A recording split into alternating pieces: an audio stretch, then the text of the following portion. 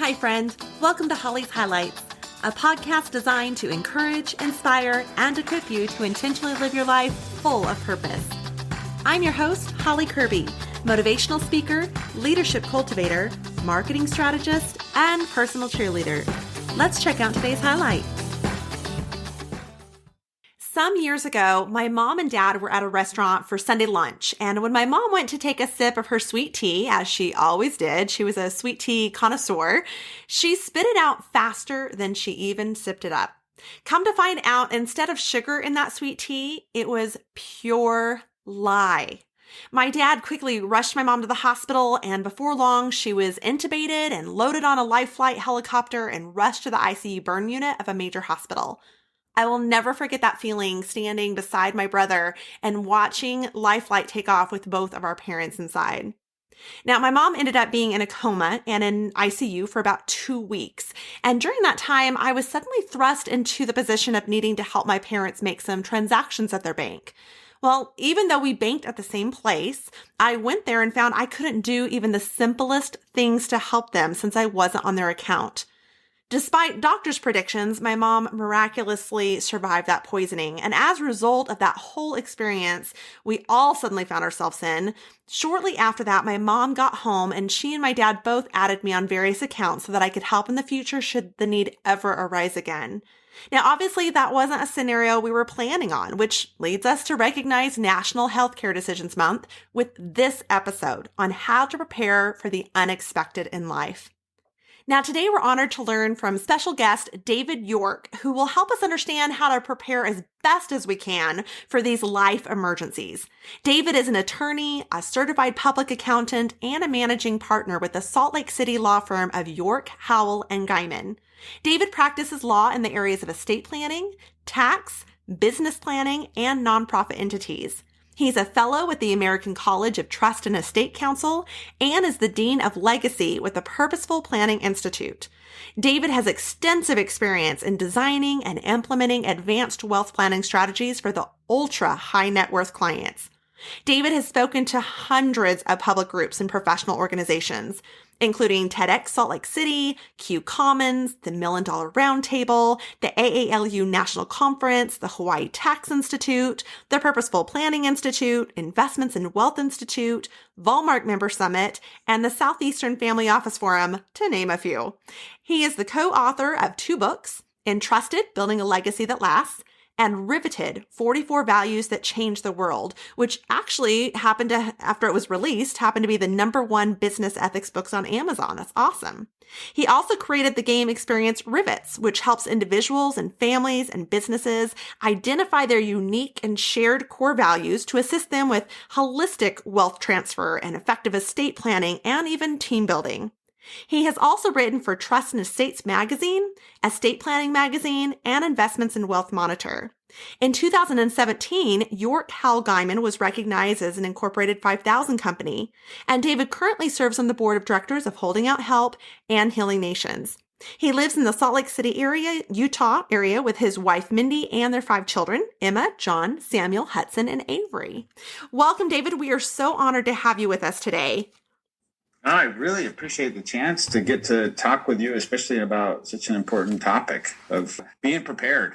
Absolutely. Now, in your many years in this industry, what are some of the biggest areas missed by people where they find themselves ill-prepared for the unexpected in life?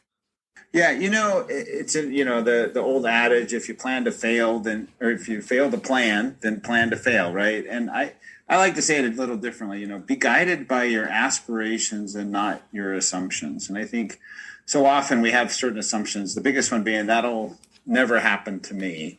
And I always think of the 4 Ds: death, disability, divorce, or disaster. And we think that that's something that'll happen to someone else. But the reality is, and I looked up these stats the other day, if you're 20 years old, women have a 97% chance of making it to age 65 without dying. Men, it's a little bit less, about 93% chance. But actually, it's about a 26% chance that you'll become disabled before age 65. So women are 7 times more likely to be disabled by 65 than to die. Men about 4 times more likely. And yet so often we may go buy some life insurance, We may think about doing a will, and yet we're planning for the much less likely event to occur, far more likely that we'll have a period of temporary or long-term disability, and yet we just don't think of it in those terms, and so oftentimes we're unprepared. Right, right. Now, how can we best prepare for some of those emergencies that you mentioned? A couple of things. One is just from a legal standpoint, I think it's really critical that you have a medical power of attorney and a living will. Medical power of attorney says, look, if you ever can't make your own current medical decisions, who do you want making those for you? If you're married, that might be an easier decision to have your spouse do that. But what happens if something happens to your spouse? Or if you're single, who do you want directing your medical care? Is that your parents? Is that a sibling? Is that a child of yours? Who do you want in charge of that? Living wills are really critical documents. They say, look, if I'm ever in an end of life situation, what do I want to have happen? I can just tell you from multiple experiences with my clients, it's so much easier to effectuate someone's decisions or wishes than to make a decision on their behalf. And so those are two critical documents. Utah actually has a statutory form for those. You can find those literally are free resources on the internet, and yet so powerful. I also think it's really important, as you mentioned in your opening story, having a good financial power of attorney, so that if something happened to you and you were disabled or out of the country, that you had someone who could make financial decisions on your behalf. Utah also has a good form for that as well. And then at the very least, I think it's critical to have a will, especially if you have a minor or disabled child. I have some people who say, well, I don't have a lot in assets, I don't really need a will. And yet they'll have minor children or they'll have a disabled child. And I think it's so critical to have someone in place to be able to make those care for those people for you if something happened. So the medical power of attorney, living will, and then that financial form, are those the main documents that every listener should have? Yeah, and I think it's important to have a will as well. Emergency, disability, those are the key documents. Okay. So the separation of the two, the living will and the will, completely different. Now, I was so thankful that when I was trying to put together all of my stuff, you were so great in helping me put together my estate planning and so forth. And one thing I appreciated the most is, one, your knowledge, but two, I could trust you. I could come to you and just say, help. And I could truly trust you in helping me set everything up that I needed to and having all those documents ready. Are there any services that our listeners should be cautious of taking part in? Not everyone does have someone that they can go to and trust to help walk them through it. So I just get concerned about scams that could be out there trying to take advantage of people in such vulnerable situations.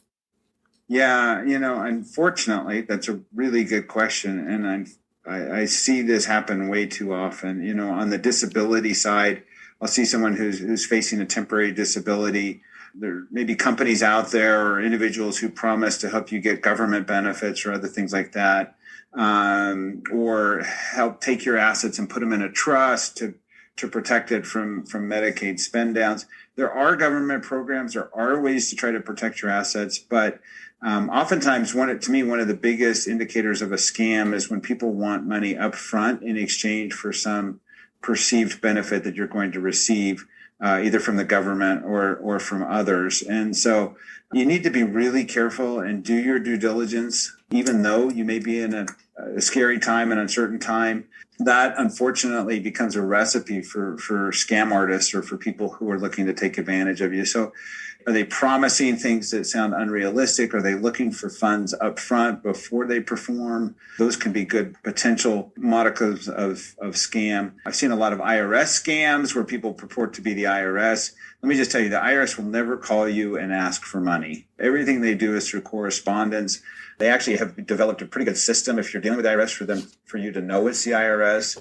And then at death, I've unfortunately seen a lot of cases where families will receive fake bills or fake medical expenses. And it's because people will see obituaries or they'll see notices that someone's died. Sometimes it's hard enough to track our own money, much less understand what someone else's bills or expenses are. And so you need to be really leery of that and just realize any information that you put out on the internet, like an obituary, people are actually reviewing that and looking through that, I'll give you a story that was kind of crazy. I had a client who they were taking care of their parent, and they were down it was in another state, and the parent was home on hospice and passed away. They called the funeral home. They came and got the body like at 10 o'clock at night. There was a knock on the door at 6 o'clock in the morning, and it was the police. And it was actually the police. And they were there to help confiscate and destroy prescription pain medication. And they said what had happened is they've been having a rash of problems where they've been having home break-ins, because what would happen after someone died, you would say that dad passed away peacefully at home after battling a long illness. What that tells the world is prescription pain medications. Right. And then the next thing the obituary says is, hey, by the way, we're going to be out of the house at a viewing from on Tuesday from 1 p.m. to 5 p.m. And so people were literally having their homes broken into while they were off at the funeral. And so what we might think is innocuous information, people are actually out there using to take advantage of people in vulnerable, difficult situations. I know a lot of people nowadays who literally, they'll have someone stay at their house during a funeral just to make sure everything's okay, to avoid situations like that, it's really tragic, but unfortunately it happens. Wow. Now, most listeners are probably jaw dropped right now listening to that story, but it's so true. I can relate with that, of having a friend who their father passed away. And of course, it was the pain medications and home break-in for those medications. So that's so true. And as you mentioned, such a tragedy that even has to take place. Now, some listeners, I'm sure, are just thinking this doesn't happen, or this won't happen to me, or I'm too young, or maybe they even think that they're too old to start getting things in order. But what would you say to them, as far as you mentioned that you can find some of these resources online available for these papers, or you could go into someone like you to help put it all together. What's the best way for people to utilize some of those research options and opportunities to get everything in order? Age can always be used as an excuse, and instead we should always see our age as an opportunity. I think when we're young, say, oh, we're too young, we don't have assets, we don't need to worry about those kind of things. When we're old, we think, oh, we're at a stage where we can't do much or can't make a big difference or things like that. And the reality is every stage of life presents opportunities to impact others and to impact our communities. So I always step back a little bit when people talk about age, because I think it's so often used as an excuse for inaction, when really we just either don't know what we want to do or don't know how to address the situation, so we use it as an excuse. But here's what I tell people. Look, if you have money, if you have kids, if you have any assets, or if you think one day you might die or get disabled, then you should probably have a plan, right? And you're not actually doing a will for yourself. You're doing a will for your family. When you do these medical or financial powers of attorney, you're really empowering people to help you, and you're actually helping people to make their lives easier too. So ultimately, we may think about this as financial planning or medical planning. Really, it's an other-centered way of approaching life and approaching what will be one or more inevitable situations that we all face. Now, is this information and stuff our listeners need to do, does it need to be updated every so often, or once the papers are done, are they good to go? And then where do they store this? Do they give a copy to someone? Do they put it in their bank? What does that look like? Yeah, I think it's important. Anytime you have a major life event, there's a birth or a death or a marriage or divorce, or there's a change in assets, or you move to a different state, any kind of those major life events, I think, necessitate a look at your circumstances and situations. Other than that, honestly, you probably every 3 years or so, it makes sense to sit down and just review your assets, review the titling of your assets, make sure that if there are any law changes that affect you, that those have been incorporated. I do think it's important to make sure that the documents that you need are accessible, that others that you've entrusted to be make medical decisions or financial decisions, that's great. But they need to know that those are your wishes. So it's really important to let them know. If not the details, you don't want to tell people who you did or didn't pick as guardians or trustees. But if you can at least tell them where that information is, either in your house, or you have it online, or if you've worked with a professional, the names of those people. So valuable to have, and to have that information ahead of time. And then, like I said, I'd probably recommend reviewing it at least every couple of years, because life just changes, and circumstances change. Right. Now, in addition to this has been great. Some great information about the four pieces we should have put together. And I love how you, I'm going to use that quote, that age is an opportunity. I love that. So what other pieces of advice would you give to our listeners joining us today, and just how to prepare for the unexpected in life? Yeah, I just think the reality is impact is not optional. We can't choose whether or not to make an impact in the lives of our children, our families, our jobs, our communities. And so if impact isn't optional, let's at least be intentional about it. And so that means it takes just a little bit of time and effort. I can't tell you how much easier it is on families to effectuate someone's wishes than it is to make decisions. And I see so many situations where someone didn't take that little bit of time and effort to express what their wishes are. And it creates all sorts of levels of consternation and conflict and trouble inside of families. I can't tell you how many families I've heard where people say, well, dad told me this, and someone else, no, mom said this. No, they never would have said this or that. And oftentimes it's not that people are bad or wrong, or they may have just heard different things at different times or in different circumstances. And when there's a lack of clarity, that's when you see a rise in conflict. And so even if there are hard decisions that need to be made or choices that need to be made, if there's clarity in the expression of those, it goes a long way towards maintaining relationship. And unfortunately, I see too many people who there are a few hard decisions that need to be made or things that need to be addressed, and they don't do that. And it just creates a cascade of problems down the road. And so I think just making your desires and intentions known, again, whether it's, what are your feelings on being an organ or tissue donor? What are your thoughts on end of life? What do you want to do with personal property? Who do you want taking care of minor or disabled children? Who do you want to be in charge of funds? Where do you want to see those used?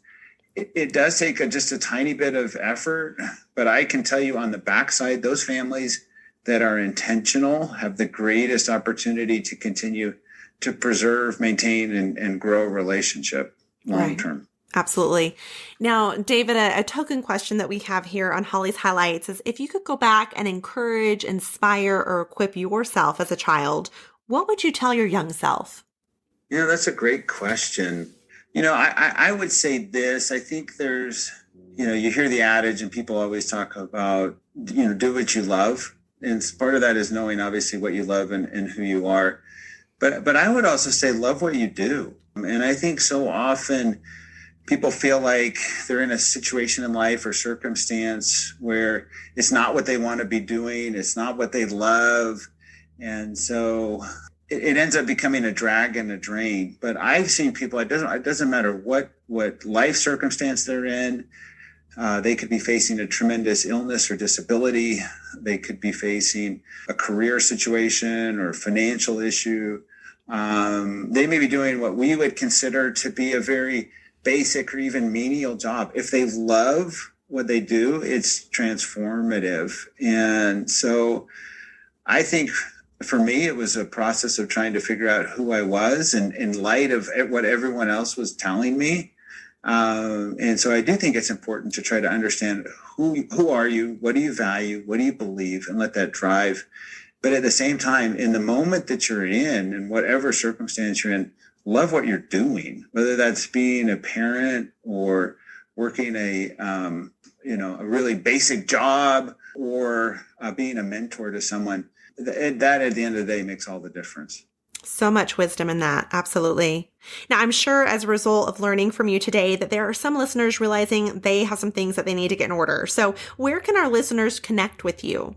Yeah, we have a firm here in Salt Lake. We actually work with people all over the U.S. On estate planning issues.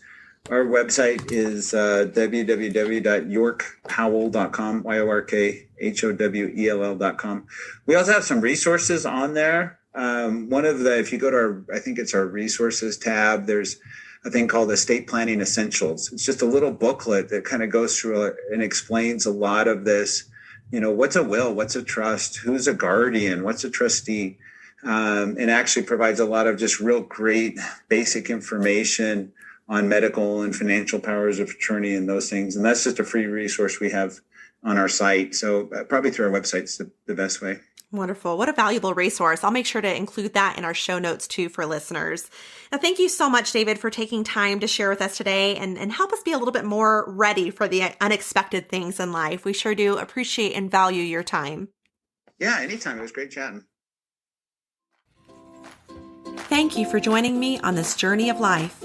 I hope that today's highlight has been encouraging, inspiring, and equipping so you can go out and live your life full of purpose. I'd be honored if you'd take a moment to leave a review, or better yet, subscribe. We can also stay in touch by joining my email list at hollycurby.com. That's HOLLYCURBY.com. Until next time, make it a great day for a great day.